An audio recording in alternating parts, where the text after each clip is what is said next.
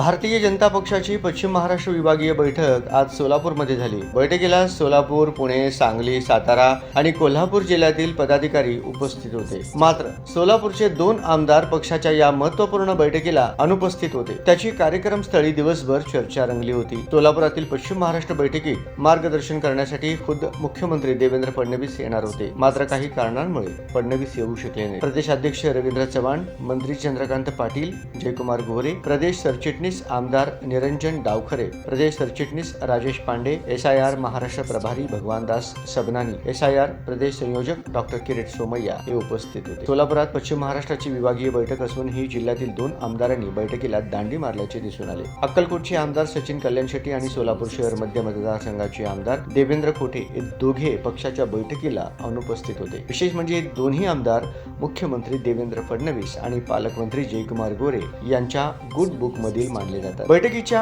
अनुपस्थितीचे कारण जाणून घेण्यासाठी आमदार सचिन कल्याण शेट्टी, आमदार कोठे या दोघांशीही संपर्क साधण्याचा प्रयत्न केला, मात्र तो होऊ शकला नाही। दरम्यान कल्याण शेट्टी यांची तब्येत बरी नसल्याने ते येऊ शकले नाही, तर आमदार कोठे हे कुटुंबियांसह पूर्व नियोजित परदेश दौऱ्यावर असल्यामुळे बैठकीस उपस्थित राहू शकले नाही, असे भाजप पदाधिकाऱ्यांकडून सांगण्यात आले। दरम्यान मागील सुमारे 2 वर्षांपासून पक्षाच्या सार्वजनिक कार्यक्रमापासून दूर असलेले ज्येष्ठ आमदार सुभाष देशमुख आणि विजयकुमार देशमुख मात्र आवर्जून उपस्थित होते। हे दोन्ही नेते पूर्ण वेळ बैठकीला हजर होते।